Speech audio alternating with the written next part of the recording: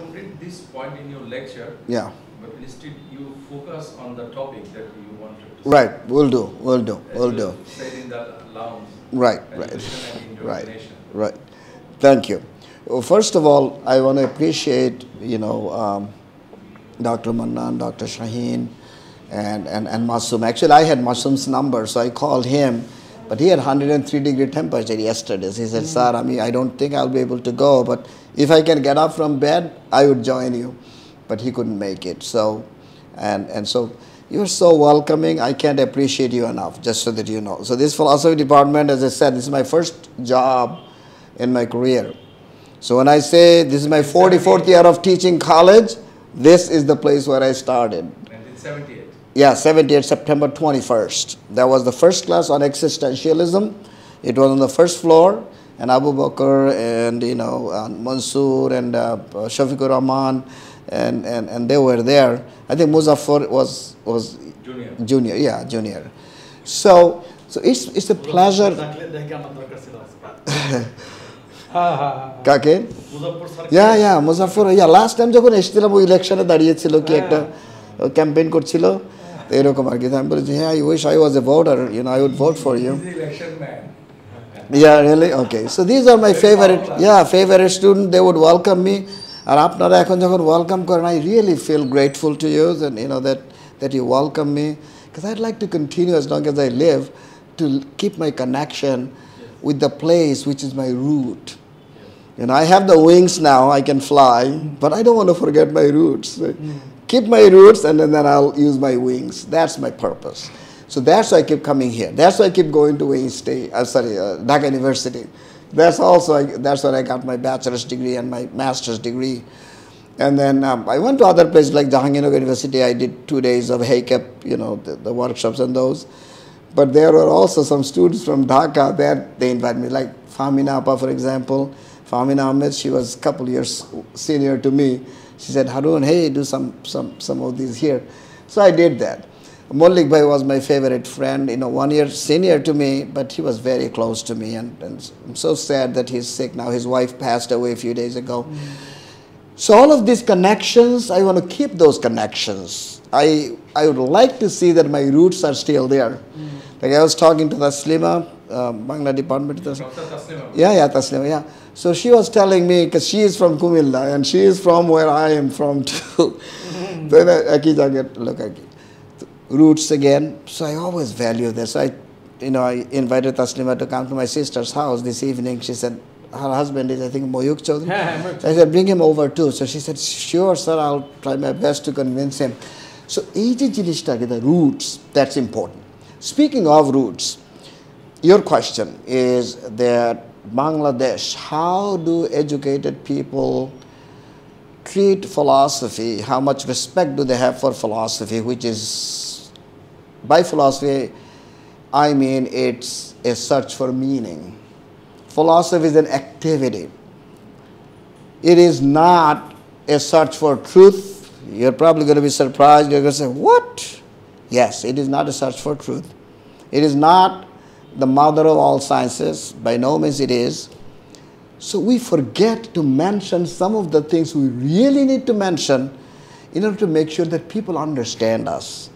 We philosophers try to put ourselves in a box of metaphysics and epistemology. Nothing wrong with those, by the way. I had to pass those qualifying exams to get my PhD, metaphysics, epistemology, ethics, logical systems. I had 3-part logic requirement that I had too.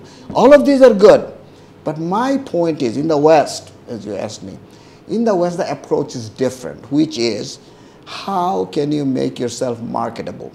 You go to any capitalist society, or any society for that person. Okay, sure. Have a seat. Any Western country you go to, they talk about delivering product that people need. So what do? They do a needs assessment. What do you need? And then they cater to your needs. In Bangladesh, we don't do that.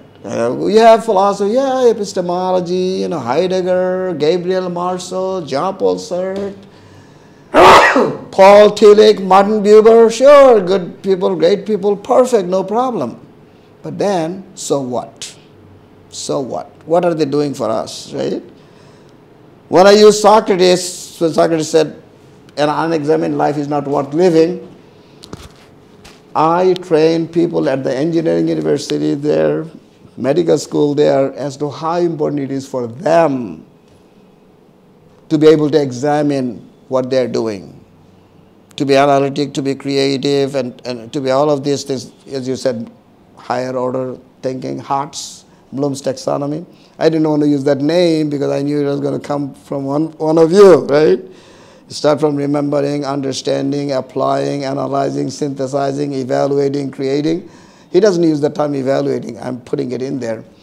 So, because he revised his taxonomy, as you know. My point is this, as to how can philosophy help everybody, not just people who are pursuing metaphysics. In our country here, what I see, what I saw 40 years ago, 44 years ago to be exact, Pringle Peterson, Rudolf Otto, right? Idea of the Holy, that book. I still use that example in the Western world that, hey, the idea of the numinous, we studied those things when we were undergraduate students. These are good, don't get me wrong. But my point is we should not be just sticking to that and not modernize ourselves. Socrates is not around. What can we get from him? Plato is not around. What can we get from him? Aristotle is not around. His concept of gold and mean is still there. How can we use that? Plato's allegory of the cave, how can we use that and show people that we don't want to live in a world of darkness. We want to get out of that place and we want to see the enlightenment. Question is, how can philosophers enlighten the lives of people that are not in philosophy department? What we do as philosophers, we only address what is in our metaphysics book, Japo such existentialism and human emotions. I used this book in 1978 when I taught that class with Mansoor and Abu Bakr and all these people, the very first class. Nothing wrong with that, because Japo said that we are who we project ourselves to be. We are not who we are who we project ourselves to be. Boy, use that in the Western world, business school, med school, engineering school. They're all going to say, wow, that is true. That means, where are we going? That's important. There's a hockey player in Canada, Wayne Gretzky, world famous hockey player. One time, the journalists were interviewing him, and one of the journalists said, hey, Wayne, we know your success story. You are always where the puck is. The puck is the, when you play ice hockey, that thing that you, you shoot with is called a puck, P-U-C-K. So, yeah, we know your success story, and that is that you are always where the puck is. Wayne said, you are right. I want to add a little bit more to it because he's a polite guy. I always like to be where the puck is going to be. That's the difference between a good player and a great player. A good player is always where the basketball is, where the puck is. A great player can foresee where it's going to be in a second. I want to be there because I want to catch the ball and then shoot it before somebody else goes there. That is what greatness is. So we as philosophers, we should be able to foresee as to how can we have philosophy be used and utilized in a meaningful manner by not just traditional philosophy students, but also by others. Medical ethics offered to medical students. Nursing students, they take professional ethics. I teach there, all my students are nursing students, right? Do you offer anything here for the nurses, doctors, engineers? You don't. So you're probably going to say, yeah, you're talking about making money and business. No, it's not about that. It is about making people more aware of ethics in their own profession. Medical ethics, right? Biomedical ethics, environmental ethics. So who's going to study environmental ethics? People who are environmental engineers, right? As a matter of fact, I did offer a workshop we're at the engineering conference. In Michigan, there's a university. It's called Lawrence Tech University in Southfield, Michigan. So they do worldwide conferences. So thanks to the pandemic, that we are able to do it on Zoom. People from Africa, from Indonesia, other places, they joined in. And we talked about how can we really use those philosophical concepts of avoiding ambiguities, avoiding vagueness, avoiding fallacies, and make sure that you focus on what you are doing from the moral point of view, from the legal point of view, and the logical point of view. 3 things. Because think about it. When I was a young professor, like 78, right here, I would ask moral, logical, and legal. Yeah. So when I was a teacher here, I used to tell my students, give them an assignment, do your best. And then students bring a C paper and a D paper, and then say, hey, Dr. Rashid, well, at that time, Mr. Rashid, hey, Mr. Rashid, didn't you tell me to do my best? I did it. Why did you give me a C or D? I said, oh my goodness, there is something wrong with my directions. So I changed my direction.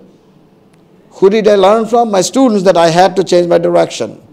What do I say now in the West? I don't say do your best anymore, because I don't know their best. I don't know your best or your best, but I know how to give you a rubric, right?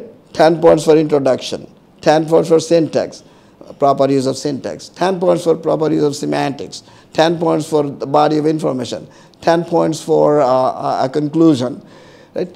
10 points for using higher order thinking, right? Hearts than lots and so forth. So depends on what you are teaching, right? So you make it specific. So I told them that instead of doing your best, because I don't know what your best looks like, feels like, sounds like, I don't know.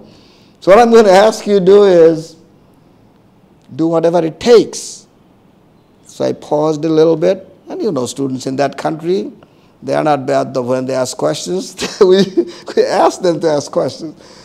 Well, hey, Dr. Rashid, does that mean that it's okay to do cheating and plagiarizing, because do whatever it takes? I said, I didn't finish my sentence. Let me finish the sentence. And that is, do whatever it takes without crossing the legal, moral, and rational limit. If you cross the legal limit, then you get in legal trouble, right? Fines, jail, whatever it is. You cross the moral limit, you're going to be excommunicated, right? People in the community, they're going to kick you out of that community. If you cross the rational limit, people are going to call you crazy. Then I ask my students, how many of you want to be called crazy? Raise your hands. No hands up. How many of you want to be excommunicated from your community? No hands up. How many of you want to be in legal trouble by running red light, for example, right? Some people do. Look around and no traffic police, and they just run red light without thinking about the ripples and bubbles of doing that, the implication of doing that. You could kill somebody, you could get killed yourself, and all of these. So in other words, if you don't want to be called crazy by crossing the rational limit, if you don't want to be excommunicated by crossing the moral limit, if you don't want to be in legal trouble by crossing the legal limit, then do whatever it takes without crossing those 3 lines, then you're going to be successful. So I use that Venn diagram. Use Venn diagram, right? 3 circles.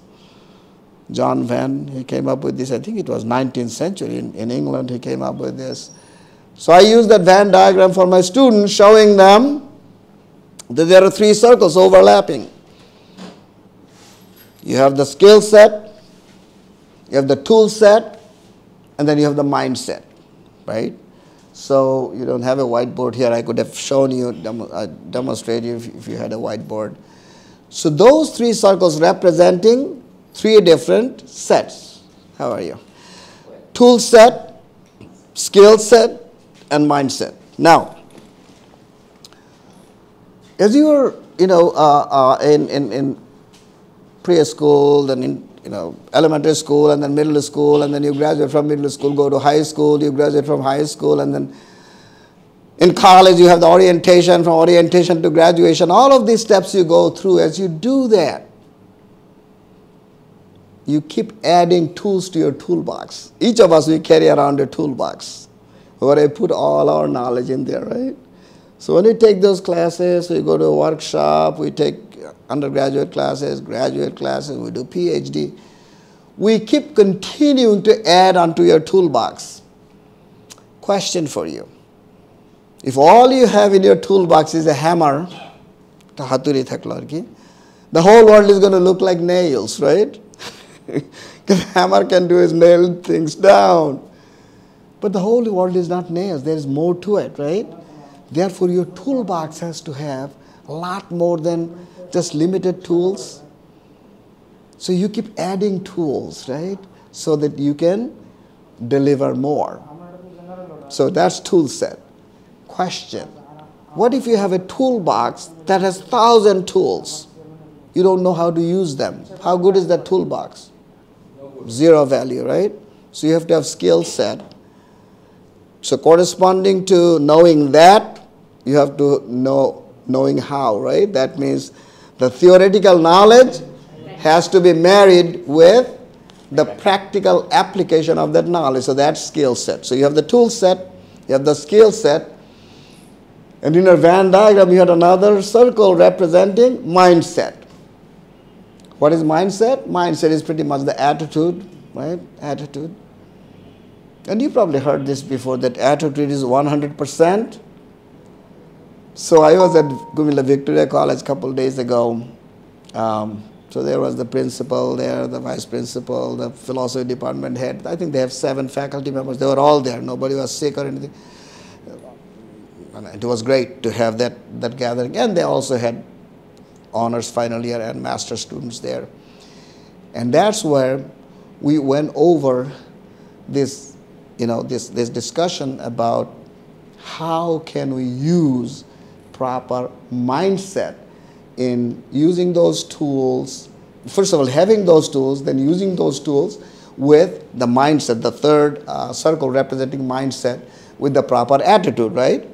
So I said, how many of you heard this attitude is 100%? So the principal there is a mathematics professor, Dr. Khan. I forgot his first name.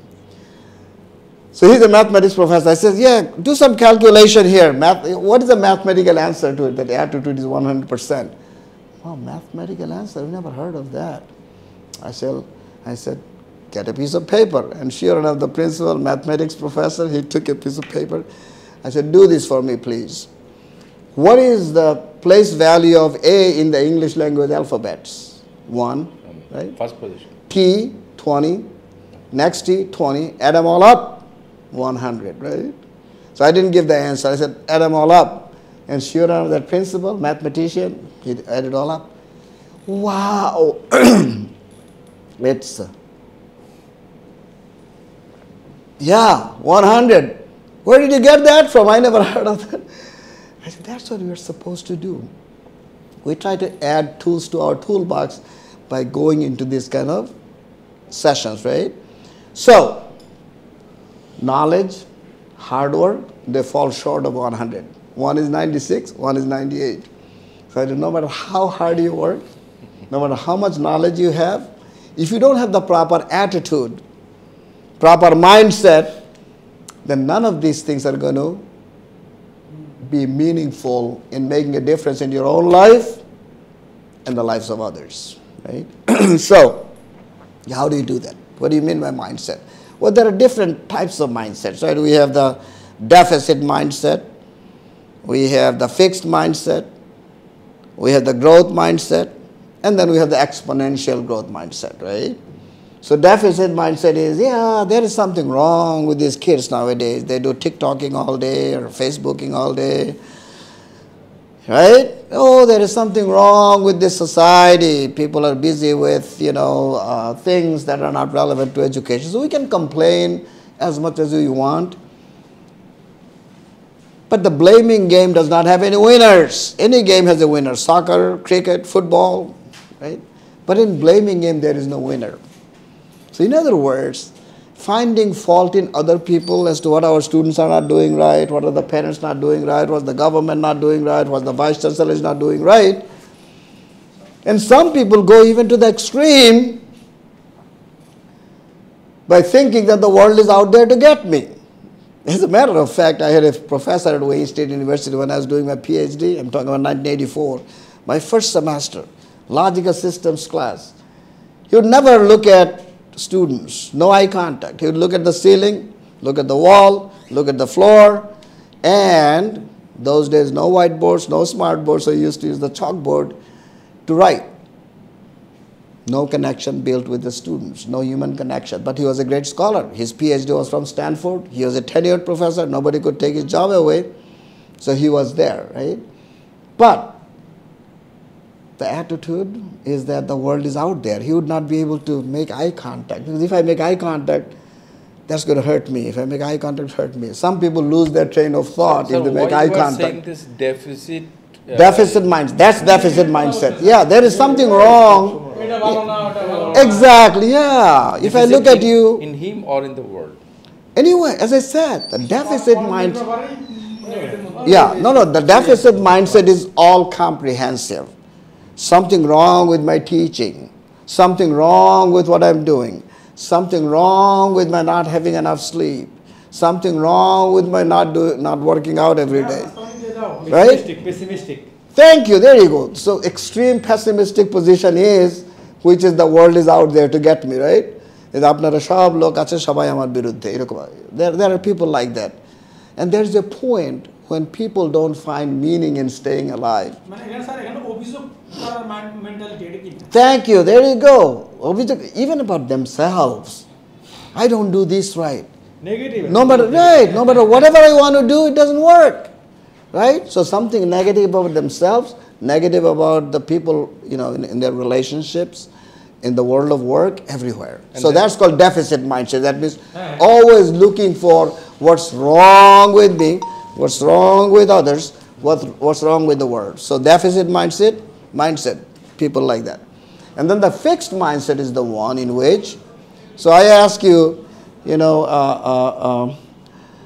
Professor Shaheen, you have all these students, how are they doing? Oh yeah, some A's, some B's, some C's, and some D's, some are failing. So what do you say about that? And Dr. Shaheen says that, yeah, that's how it is, that's fine. Some are going to fail, some are going to pass, That means fixed mindset. Everything is fine. How are things going? Fine. Right? Yeah, students nowadays, they use their phone in the classroom. That's fine. That's how the society is, right? Everything is fine. Like helicopter parents, helicopter parents are always hovering around the school. If the kid flunks out, the principal is responsible, the teachers are responsible. My kid failed because of you guys. You didn't teach right? So that is called the fixed mindset. Yeah, exactly. They're called helicopter parents. They're always hovering around the school. When the kid is in trouble, they are there to rescue their kid. Always wrong with those people. So the fixed mindset is also like, Mom, can I watch TV? Whatever. Right? Mom is busy with watching the Indian TV shows and those talk shows and stuff. Right? That is like laissez-faire style, right? So that's fixed mindset, that everything is fine. Can I watch TV? Whatever. Do whatever you want, right? That's everything is fine. That means they don't challenge the status quo. They don't ask, hey, did you finish your homework? Why didn't you do that? Or when they're at the dinner table, Mom, can I have my dessert? Did you have your veggies, right? Vegetables first, right? Before dessert. So mom, who's a counselor mom, is going to ask those questions. But who thinks everything is fine, let the kid do whatever he wants, let the students do whatever they want, let the society run the way it does, and they are not challenging the status quo, that's called fixed mindset. So you have the deficit mindset, you have the fixed mindset, and then you have the growth mindset in which they challenge the status quo. Ask themselves this question, am I a better professor today than I was yesterday? Would I like to be a better professor tomorrow than I am today? Aspiration. Should have aspiration. Thank you. Yes, aspirations. Yes. You have to have knowledge. You have to have aspirations. You have to have the proper attitude. You have to have the proper behavior. You have to have the proper skills. You have to have a combination of all of these things in order for you to see success. So, deficit mindset, fixed mindset where they don't challenge the status quo, everything is fine. Kid can do whatever he wants, and the students can do whatever they want. Like in my classroom, that's not the game I play. I tell them, turn off your cell phones, put them in your backpack. If you think you can spend time in a better way someplace else, please be there. I don't give you any credit for being in my classroom. So if you think Dr. Rashid's class is boring, fine, stay somewhere else. Don't come here. If I see your phone, it belongs to me. And honestly, it works. I put it on my syllabus, honestly. I said, no laptops brought into the classroom. No cell phones. If they're brought in at all, I don't hear it ring. I don't see it on your desk. It has to be in a backpack, put it away. Would you believe that I was testing a bunch of students and one student is checking time every few minutes. So what's going on there? I go closer and it's an Apple Watch. Apple Watch is like a computer. Yeah. Answers are all in there. Took the test away. Oh, Dr. Rashid, I was just checking time. I said, too much checking going on here. I don't want you to check anything. Focus in on the test. You're done for the day, talk to me later. And then I gave her an option. You fail this class or it's going to be reported to the college, university. Oh no, please, fail me, sir, fail me, I'm going to be gone. And I always tell my students that I'm here to benefit you guys. Meaning what? I would like to see that you have that growth mindset. Ask yourself every day this question, am I a better student today than I was yesterday? If you are TikToking in the classroom, honestly, I never TikTok myself. That kids waste time doing that. And Facebooking, I don't do Facebooking. Right? A lot of people ask me, hey, why don't you have WhatsApp? You can do free phone calls to Bangladesh. I said, no. I want to talk to my brothers and sisters and my relatives. Sir, the discussion is very interesting, but we have shortage of time. Right. I'm interested to speak briefly, at least. Indoctrination and education. Education and indoctrination. Thank you. So we have only 20 minutes left. Okay, 20 minutes. Thank you for the... Including that topic. Yeah, thank you for that. Yeah. Okay, so let's say fixed... let's say deficit mindset, fixed mindset, growth mindset, and the last one is exponential growth mindset, meaning speed it up. Life is limited, right? You cannot just say, I'll do it tomorrow, right? I'll have a better day tomorrow. No, just start having a better day today. You know how many people say that, I'll quit smoking tomorrow. I said, no. Commit yourself to quit smoking yesterday. How about that, right? So that would be exponential growth mindset. So my point is this. The deficit mindset, the fixed mindset, not too cool. Growth mindset, yes. Exponential growth mindset, even better. Now, doing all of these things, we as professors, how can we make better contribution to our profession? So every time I teach a class, I ask my students to challenge me in my personal growth as a professor. So that, as I said, this is my 44th year of teaching. Every semester I teach a class, it becomes a learning experience for me. How so? So as Dr. Muzammal, right?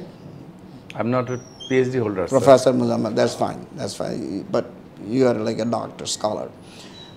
So he said that 20 minutes time. So let me give you a brief description of what should we be doing as professors in order for us to be effective. In other words, we don't want to indoctrinate our kids, we want to educate them. What is the difference between indoctrination and education? Right? People ask me this question, what is teaching all about? You've been teaching for, you said 44 years, what have you been doing all along? I said, teaching is about being forced to be precise every day. That's why you want your students to ask you questions, because if you are not precise, they're going to say, hey, Dr. Shaheen, what, could you repeat what you said? Could you rephrase what you said?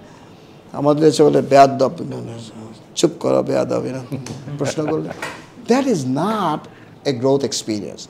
So, in order for you to be a great professor, the first step is be a leader in the classroom. How can you be a leader in the classroom? You have to have lesson plans. How can you? What are the essential components of your lesson plan? You have to have content objectives. The very first thing, what do I do when I teach a class? I go there today. Bullet 1, 2, 3, 4. We are going to do this, and I have my students read them. At the end of the class, I put them up again, and then I ask them, air check. Right? Air check means, they are where they are. They do this. Have we done all of them? So in other words, you start your class with setting objectives, because you know that if you don't know where you're going, any road is going to take you there, right? Now, what is the tenure of your class? It's called content objectives. Sir, how much time, the tenure of the class, the length of the class? Usually? This semester I'm teaching a class from 5 to 8:30. So 3.5 hours. It's a 3-credit course, but for the whole semester. But it's a summer semester, that's why it's kind of 11 weeks. So what do I do is I take a break. Hour. I teach for an hour and a half. Take about 10 minutes and then do the rest. Now, so in other words, keeping students pay attention for an hour and a half, you really have to play that game of some entertainment there, educational entertainment, which is some jokes, some lighter moments, some examples that they love, like about marijuana, about, things like that, as to how they can be used in your personal growth and professional growth. So in other words, going back to the point, your lesson plan should have the content objectives and then the language objectives: reading, writing, speaking, listening. Because when they go to take those tests, BCS and other tests, I don't know about now, GRE I do know, where you're going to need to be able to read, write. You have to have reading comprehension, right, and all of this. So those things you're going to have to introduce in your classroom. So content objectives, language objectives, reading, writing, speaking, listening, introduce all of those 4 by introducing think, pair, share, cooperative learning, small group, right?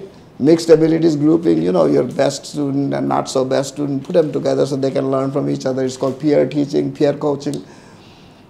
That's called instructional strategies, right? So you have the content objectives, you have the language objectives. Sir, in peer coaching or teaching, there is supposed to be several teachers in the class too? No, think, pair, share is like pair them up, right? And then give a topic. For example, ontological argument for the existence of God, right? First, describe it, and then come up with a criticism. So each group, they're going to have their own description. Among the students. Yeah, exactly. So it's called think, pair, share. That means think individually, pair up, and then share with each other. Share. And then, right, so I give them, let's say, 4 minutes to do this. They're busy, and the kids love to talk to each other, one another, and then we meet as a class. This group, this group, this group, and so forth. Okay, so when you do this kind, when you have the kids take charge of their life, they do much better. If you lecture for 3 hours, think about it. It's going to be the boringest day in the world, right? And I want to make sure that it's kind of learning is fun, teaching is fun. I want to look at that. It should be fun. So I said content objectives, language objectives, instructional strategies like think, pair, share, cooperative learning, mixed abilities grouping, ভালো ছাত্র খারাপ ছাত্র বলতে চাই না, not so ভালো ছাত্র একসাথে বসিয়ে দিলাম, ওরা ডিসকাস করলো. Then the next question is adaptations and accommodations. In your classroom, there are some students, they're always going to be sitting in the back. Bring them up. Now, you're not going to force them to come back, though. What you can do is, hey, next activity is going to be on cooperative learning. Count up to 5. 1, 2, 3, 4, 5. All 5s here. All 4s here. All 3s here. All 2s here. So there will be no back bench and front bench. They're all going to be mixed up, right? Reshuffling. And they love these things. Honestly, they love those things. They love to talk to each other, one another. But then stay focused. What is the focus? Existence of God, or deism, theism, pantheism, panentheism, right? Right? Immanent, transcendent, all of this. Whatever concept you are dealing with, have them come up with a description of their own with an example. I always do that. Like fallacies, like begging the question, circular reasoning, appeal to pity, slippery slope. I always challenge them to come up with their own example, because when they're able to describe and come up with their own example, I know they were able to register it right here, right? So that's what you do. So lesson planning, what are the components? Content objectives, language objectives, instructional strategies, big ideas, right? What are the basic concepts? And then adaptations and accommodations you make by mixing them up, right? So that nobody's a backbencher, because students shy away asking questions. But when they're able to share those ideas among themselves, they say, well, if I can share it with 2 people, maybe I can share with the whole class. Maybe I can speak in front of the teacher. Say, our students, they don't open up because they're not given that opportunity here. And we do.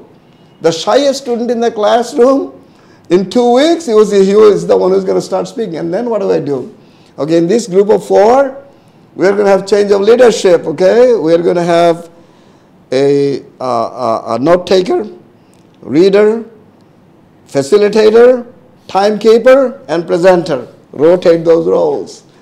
So at one time you're going to be reader, taking notes, keeping time, presenting, and then when you rotate, you're going to be presenting, and those roles are going to be rotated, meaning let the students have some of their learning leadership in the classroom. Don't think you are the sole leader in the classroom, right? Let them have the students take leadership in learning. So this is teaching strategy as I interpret it. Right. But what about the distinction or difference between indoctrination and teaching? Thank you. There you go. Especially right. Yeah. in child education, education itself is a sort of indoctrination, because they don't have that rational capacity about the content, whether it is right or wrong. Thank you for the question. Yes, indoctrination is I know you don't, I'm smart, you are dumb, I teach you learn. That's called indoctrination. That's not teaching. Teaching is facilitating. That means I am not going to just cover the syllabus. I'm not going to just finish the book, chapter 1, 2, 3, 4, 5 to 15. I'm going to have you with me. So instead of being a sage on the stage, be a guide on the side. I was just talking about this with the Bangla professor. Professor Taslima. Yeah, I was talking about it, there in the cafeteria. There are a lot of times we simply indoctrinate. We tell them what to think. We don't teach them how to think. Don't give them a fish, teach them how to fish. Because if you give them a fish, next time they're going to come, hey, Professor Muzammal Haq, the fish was so good. Can I have another one? Then you can say, hey, I thought I taught you how to fish. Go ahead, do it yourself. In this country, you ask about the difference between here and there. Here we tell our students what to think. There they talk about how to think. 10 years down the road, you don't know those kindergarten students when they're going to be in college. You don't want those kids graduate from college and end up in the world of unemployment, do you? No. We have about 3% unemployment in the United States right now. But then we have millions of jobs that are not filled. There are openings. Why? Because people who are unskilled, they're unemployed, right? So those positions that are open, they want some specific skills, and people don't have them. We should not have those unemployment if we had people had the right skills. So what do? Vocational technical education. They have HVAC, classes, right? You do just 1 year of HVAC, and then you get a job, $60,000 a year, $70,000 a year. In other words, you always look at what the market needs. What do other people need? Call it capitalist, I don't mind. I always believe that if the gasoline price is low, I'm happy. Now it's $5 a gallon, I'm not a happy person, right, when I want to feel it. In other words, indoctrination is I tell you what to do. Education is I'm guiding you through the process. As I said, indoctrination is being a sage on the stage, and teaching is being a guide on the side, facilitate learning. So there are several steps of that. The very first step is you have to have lesson planning with all those components.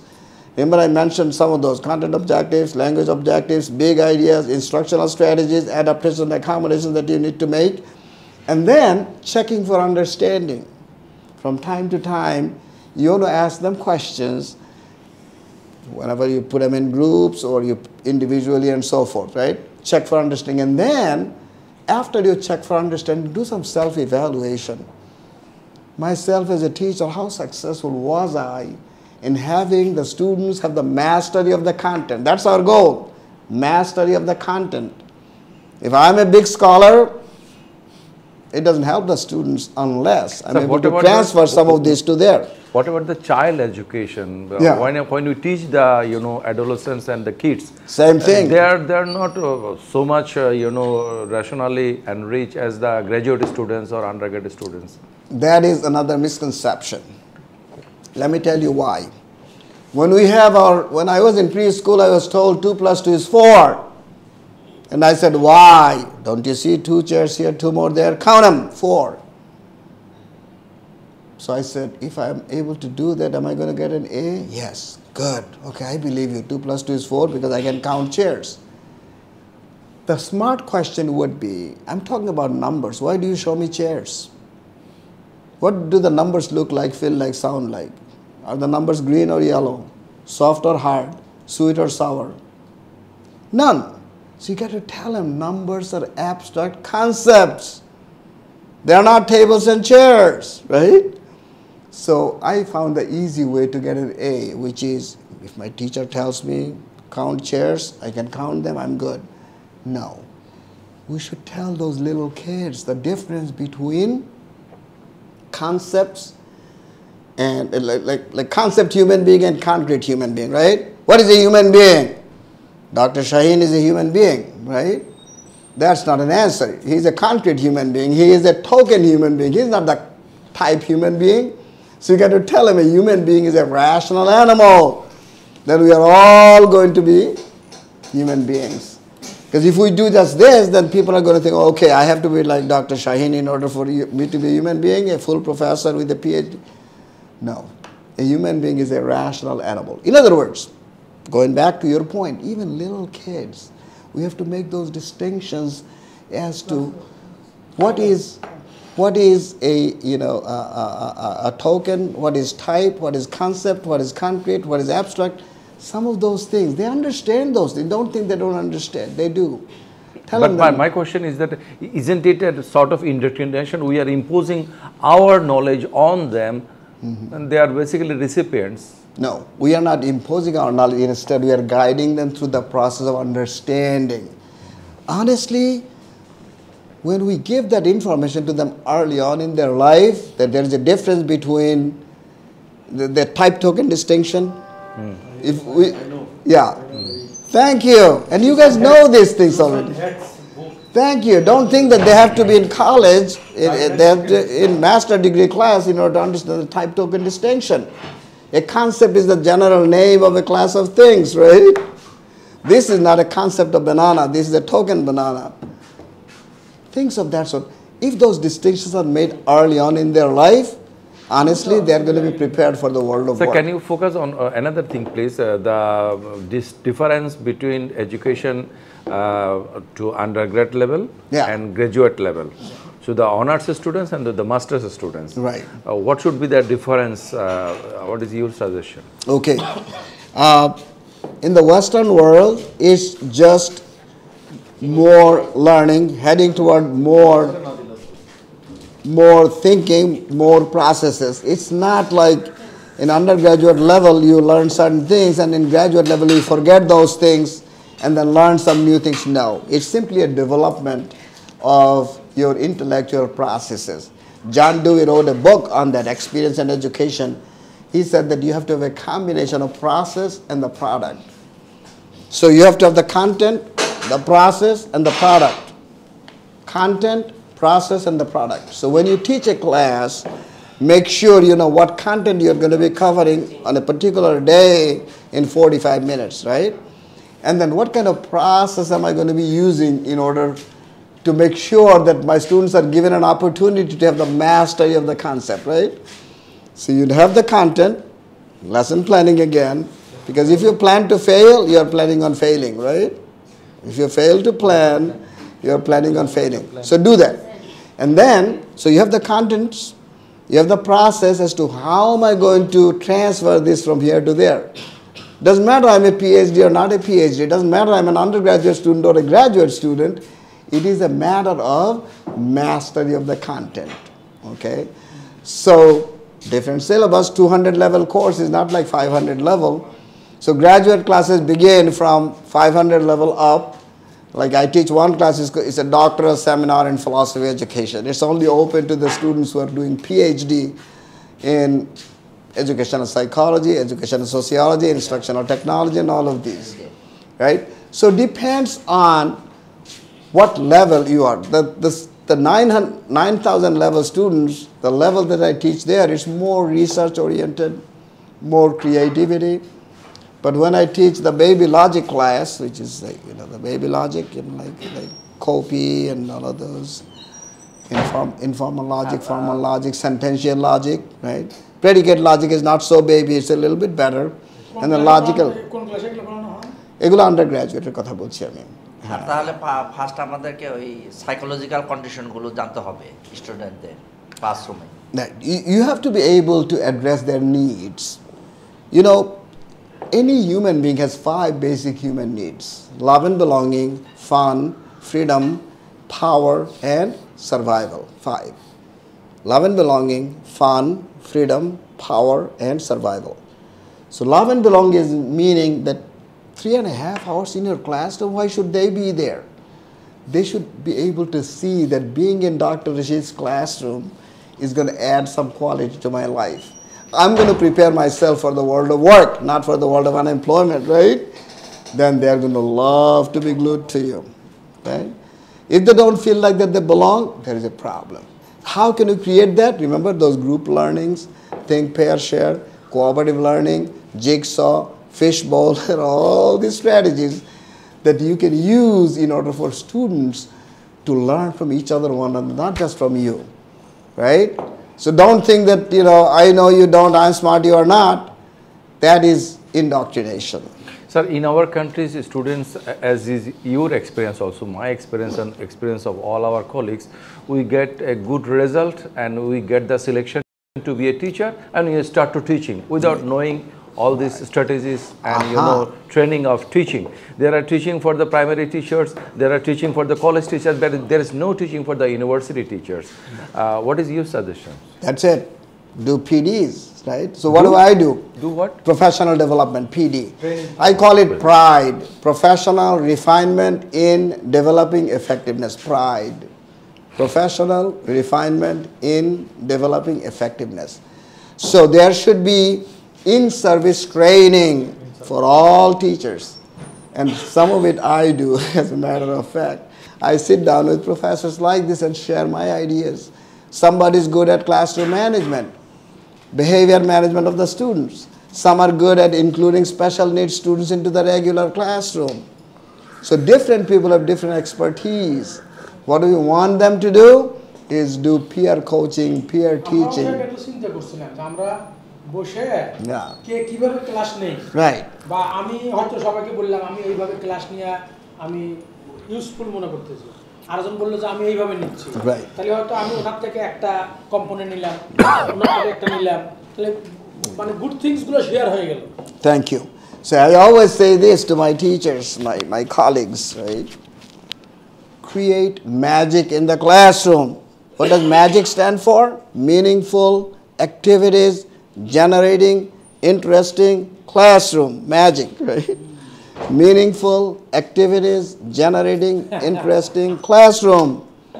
If you are not create interest in learning, it's not going to happen. Students are going to sit down there, they're going to stare at you, and 30 minutes into the classroom, Dr. Rashid, what page are we on? That is no clue. You don't want them to be passive. You don't want them to be active and meaningful learner.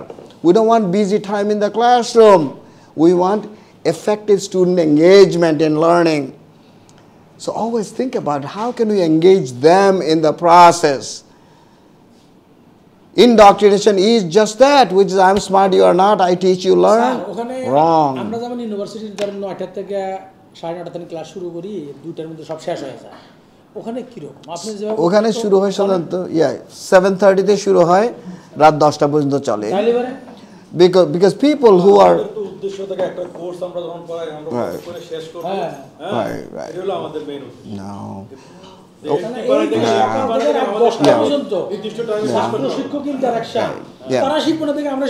As a matter of fact, this semester I'm teaching a logic class. It's from 5 to 8:30 p.m. Why? Because people work all day, right? So they come to my class when they're done with their work up to 4:30 or 4 o'clock, okay? So you have to open the school, the place, from 7:30 to 10 o'clock so that people can come anytime they're available, right? Because you're not only teaching philosophy students, you're teaching engineering students. You know, I had students that are working for Chrysler and Ford and General Motors Motor Company. They come for professional ethics class. The nurses come for professional ethics. Some of them come from biomedical ethics and all of this. So they are not philosophy students. They're from all over the place.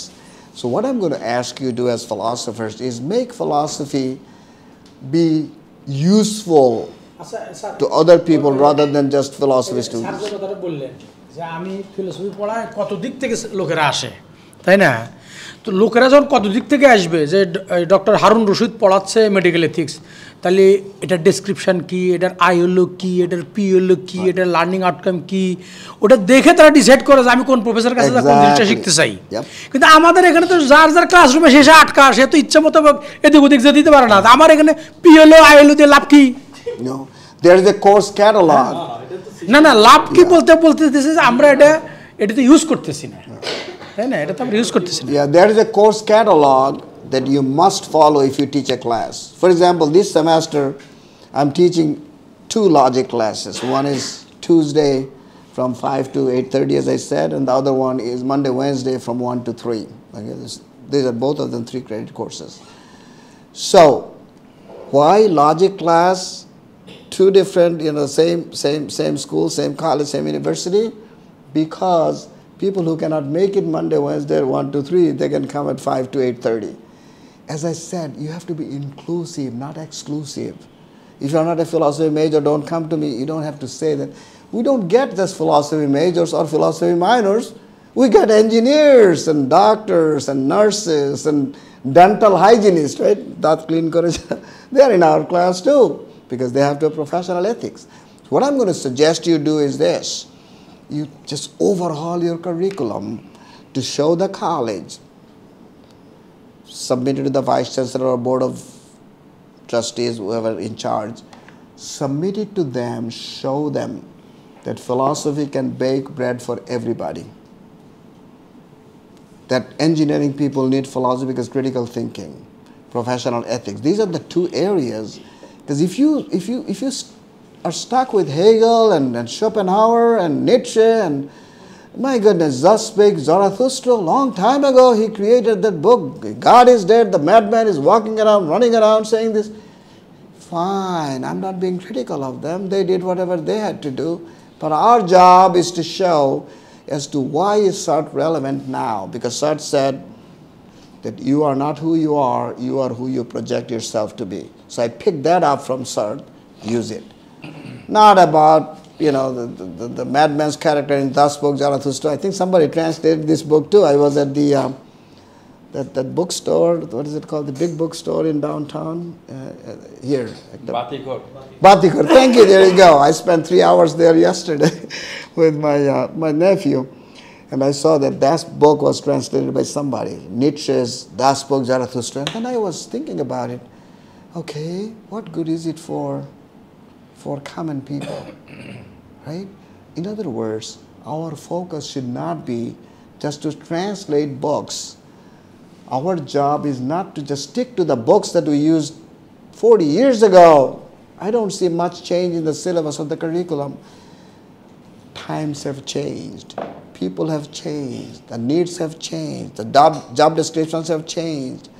We got to be able to see that philosophy can address the needs of other people than just philosophers. Remember those 5 basic human needs: love and belonging, fun, that learning can be fun, create a fun-filled environment in the classroom, choices, meaning students are going to have different options. If it's not philosophy 211, it's going to be philosophy 533. So you got to be able to offer those options. Well, I can't make it Monday, Wednesday. Well, fine, we have a section Tuesday, Thursday. How about that? I can make it during the day. How about the 6 to 9 class? Sir, we face 2 very big problem here. One problem is that our students get their admission in the department because they have to have a university degree.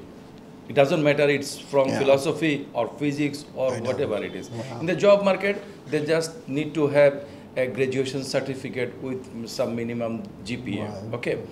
So our students, most of the students, I can say more than 90% of our students, they didn't choose philosophy to teach, or to learn, to be a student. By their own choice. But it was not their choice. They have to have a state university, government university degree for whatever reason in their job market. And second problem is that we get students admitted in our department in a year, in the same year, 145 students. How can a teacher manage 145 students in a class?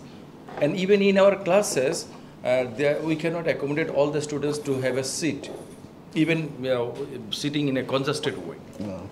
So we face these 2 problems. When you say these things, all the things actually fails in practice because this large number of students and most of them are not interested about philosophy. Remember how we started this? Dr. Mannan asked me, what's the difference between the environment of teaching philosophy here and there? Remember how we started this? That's why I'm letting you know exactly what we are doing there. And I'm not saying that overnight you're going to make drastic changes. But keep in mind that you have to have the eyes on the prize, which is student achievement, which is we don't want our kids to end up in the world of unemployment, right? Employability. Those 2 things, that's meant to keep your eyes on the prize. Now, keeping that in mind, try to modify your curriculum from time to time. Show them that the engineers need us. The people in the business school, in management and accounting and finance and marketing, they need us because we offer professional ethics. The medical school people need us because we offer biomedical ethics. The engineering people need us because we do environmental ethics. Show them what you can do for them. In the West, it's not about, they're going to advertise a job and then you apply, you get it. Instead, knock on the door and tell them, hey, this is the expertise I have. Would you buy my skills? That's it. That's it. They're going to look for you instead of you chasing them. Right? So we would like to see that our schools offer students to build those 3 things. Remember the Venn diagram? Tools. Give them enough tools. Show them how to use them. And also develop the proper attitude, which is growth mindset or exponential growth mindset. And then when you have those 3 circles, there are 8 different sectors, right? 3 overlapping circles, 8 different sectors. The sector in the middle is like a 1/3 of a football, the American football, you saw that. That's where the success is, meaning you have to have a marriage between all 3 of them. Knowledge, skills, and the proper attitude, right? And of course, Dr. Shaheen mentioned aspirations. You have to be aspiring. You have to have the aspiration of becoming who you want to become, which is a quality professor, a quality student. About your assessment, do you examine scripts, 2 teachers, each script, and making an average and giving a result? Excellent question. We don't need external and internal. Even for PhD classes that I teach, I am it. I teach, I have the questions for them, I test them, I give them a grade. Because if you question the authenticity of the professors, it's a losing thing. It's a losing affair. You don't need an external. When I was a student at Dhaka, bless you.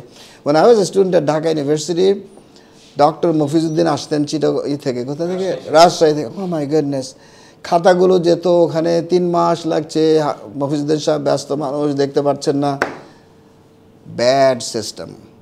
Why do you need Mofizuddin Ahmed?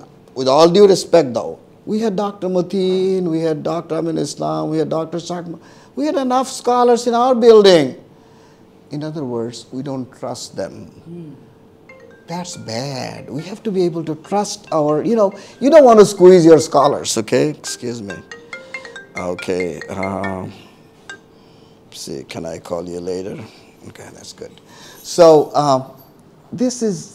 we have to keep in mind.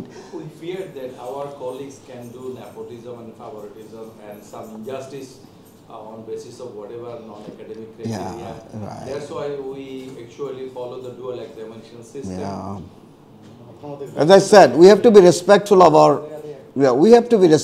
our scholars and not squeeze them. Because we are squeezing them when we say, hey, we need an external from Rajshahi University, from somewhere else. No. We are not looking for the product.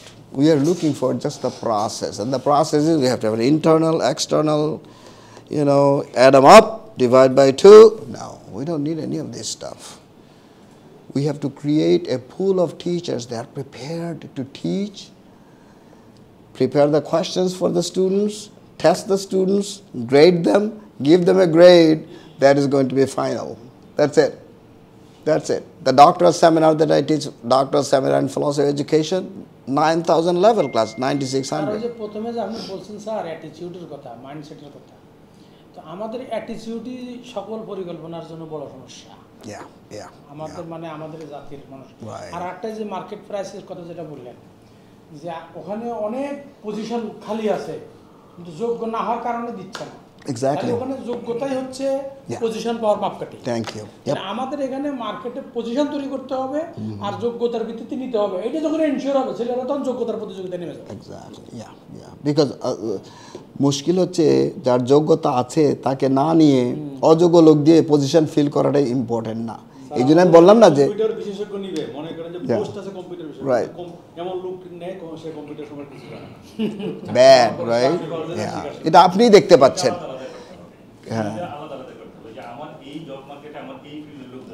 Yes, exactly.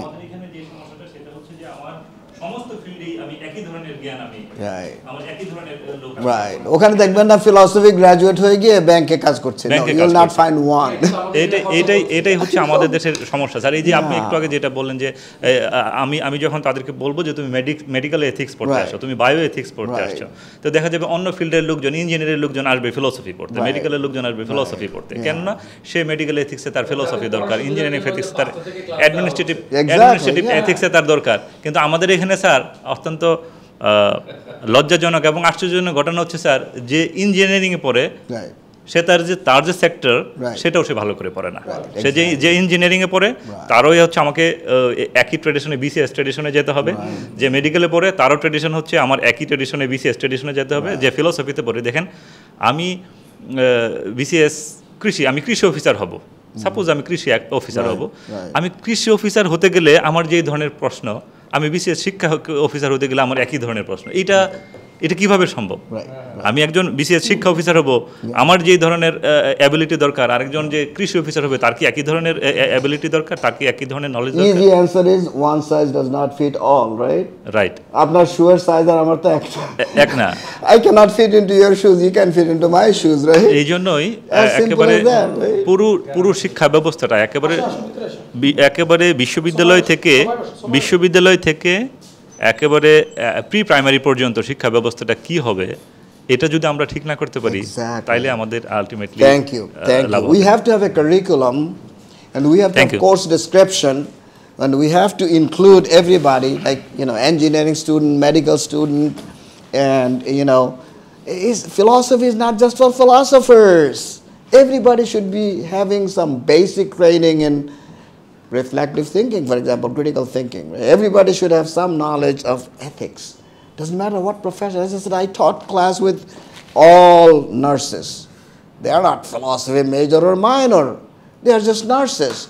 I had dental hygienist class with 25 students. Sir, I don't know anything about dental hygiene, right? But I taught them professional ethics. Sir আমাদের এখানে তো বাইরের থেকে কেউ এসে ফিলোসফির কোনো credit নিবে বা কোনো কোর্স নিবে সেই সুযোগটা নাই।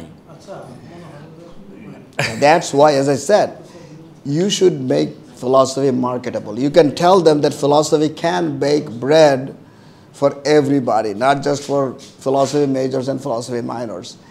How can we do that? Come up with some concepts. As I said, biomedical ethics, philosophy education. For example, what I'm doing there, I don't have to look for, work. They look for who's having this expertise of training teachers. They find me. So what is important is what kind of knowledge you have, what kind of skills you have, and what kind of mindset you have. So as I said, the Venn diagram, remember, so you have to be in sector 5, right, which is in the middle of all three of them, right, where they are all three married. You have to be there. তাহলে যে ধরনের মাইন্ডসেটটা এডুকেশনের জন্য প্রয়োজন, education আর রিসার্চের জন্য যে ধরনের মাইন্ডসেটটা প্রয়োজন, এই ধরনের মাইন্ডসেটটা কিভাবে তৈরি হয় এই পিছনের দিকে যদি যাই, তাহলে তখন দেখা যাবে যে হয়তো আমাদের পিছনের ঘটনাগুলো এমন যে আমাদের মাইন্ডসেটটা বা এছাড়া আর এর চেয়ে ভালো আর হওয়ার দেখতেছি না। As I said initially, আপনারা বলেন এটা সোশ্যাল, পলিটিক্যাল, কালচারাল সব কিছু মিলে একটা মাইন্ডসেট আপ তৈরি হয়।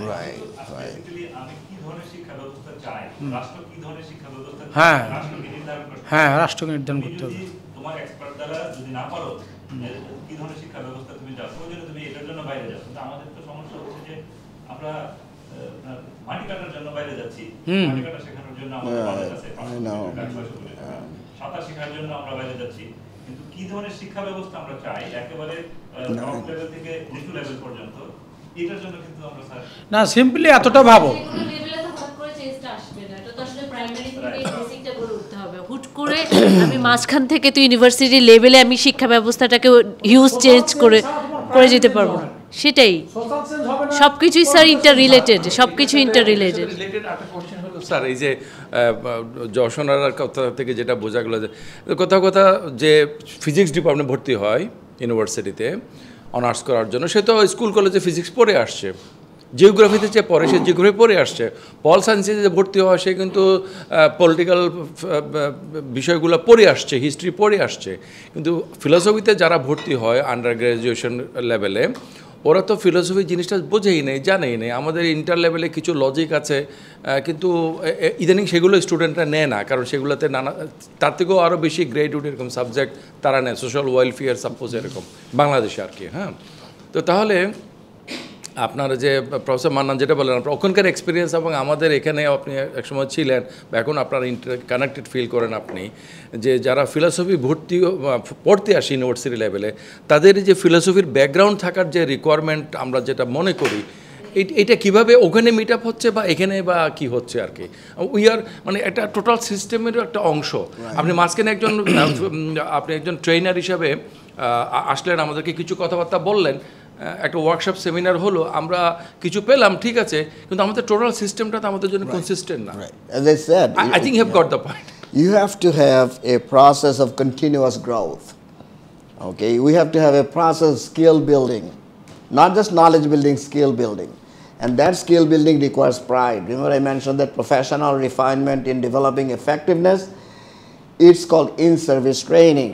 So you get the training when you are in college, but when you are in teaching, right, you're a university professor, college professor, you have to be able to sharpen up some of the knowledge and skills that you've had when you were a student and move on from there. Sir আমরা কিভাবে philosophy পড়তে চাই এমন স্টুডেন্টকে কিভাবে find out করতে পারবো? কারণ ফিলোসফি তো আমাদের কারিকুলামের মধ্যে I know, as I said, the whole system. Here's the way I see it. The educational decisions are made by non-educators. Okay? These decisions should be made by people who have some knowledge, some skills, of what education is all about. এখন sir যেসব এডুকেটররা Dhaka university টিচাররা maximum আপনি এখানে Dhaka university teacher আমি তো পড়িয়েছি এখন কথা হচ্ছে ওরা এসব পলিসিগুলো মেক করে এবং সেখানে মোস্টলি কিন্তু আমাদের মতো না না এমনি তো আমাদেরকে তো ঢাকা ইউনিভার্সিটি ঢাকা ইউনিভার্সিটি আমাদেরকে তো স্বায়ত্ত শাসন দেওয়া হয়েছে যে আমাদের শাসন আমরাই করব আমাদের এই টিচারদের 1:01টার বাসটা বন্ধ করছিল যে আপনারা 10টার সময় এসে 1:01টায় আবার চলে যান তো 1:01টার বাসটা বাতিল করে দিয়ে আপনারা 2টার বাসে যান একেবারে শিক্ষক সমিতির পেশা দিয়ে একেবারে 1:01টার বাস আবার চালু করে তাহলে আমরা শিক্ষকরা কেন 9টার থেকে 3টা পর্যন্ত থাকতে পারি 3টা ছাড়া থাকে 10টা পর্যন্ত 7টা থেকে 10টা পশ্চিমবঙ্গে স্যার পশ্চিমবঙ্গে কিন্তু আমরা ফার্স্ট ইয়ার সেকেন্ড ইয়ার যেগুলো পড়াই অনার্স লেভেলে এগুলো কিন্তু এদের কিন্তু 11 এবং 12 ক্লাসের মধ্যে আছে পশ্চিমবঙ্গে কিন্তু ফিলোসফি কিন্তু কলেজের মধ্যে কিন্তু কম্পালসরি আর্টস স্যার আপনাদের ওখানে কি বেসিক লেভেলে প্রাইমারি ফিলোসফিক্যাল আমাদের এখানে 140 জন আমাদের তো ঘুমানোই This means hold on to your question because he is speaking. Okay, so your question. Total সিস্টেমের মধ্যে যা আমরা পড়ে গেছি Yeah. As I said, we need a systemic overhaul, not systematic only, but systemic overhaul, which means you have to have a curriculum that is geared toward meeting the needs of people that are not philosophy major or even minor. আমাদের শিক্ষিত কি ভালো না sir Yeah. Sir, yeah. you are responding Joshua's question. And I'm sorry. That's why I said when I say this, may hold on to your question. I do this much for my students too. So ask me the question because you were speaking and I was paying attention to that. Go ahead, please. What was your question? আপনি যেমন basic লেভেলে primary লেভেলে ফিলোসফিটা পড়ানোর প্রয়োজনীয়তা feel করতেছি ওখানে কি sir প্রথমে বেসিক লেভেলে কি ফিলোসফি সম্পর্কে আইডিয়া দেওয়া হয় আপনি আপনি যেখান থেকে পড়ান তার আগে কি আসলে ওরা নলেজ নিয়ে আসে কিনা নাকি ওখান থেকে বেসিকটা গ্রো করে Great question. This training is given in elementary school as to how can we push our kids toward higher order thinking. Bloom's taxonomy, when I trained K-12 teachers, a kindergarten teacher, even a preschool teacher, I trained them how to push the kids toward not just remembering, understanding and applying. Animals do that. Right? If you see a dog and approach him with a club, the dog is either going to run away or jump on you, right? Dog is not going to sit and relax and have you beat him, right? Simple. That means the dog has the understanding and remembering and applying, and they apply. We humans have to move up. So that training is given to kindergarten teacher, preschool teacher. 4 and 5-year-olds are taught that you're not going to be given a fish, you're going to be taught how to fish. The process, there's a process problem that we have here, which is we keep continuing to teach our students what to think, not how to think. আমরা যেহেতু 12টা 20-এ আমাদের একটা meeting আছে Sure, yeah, go ahead for the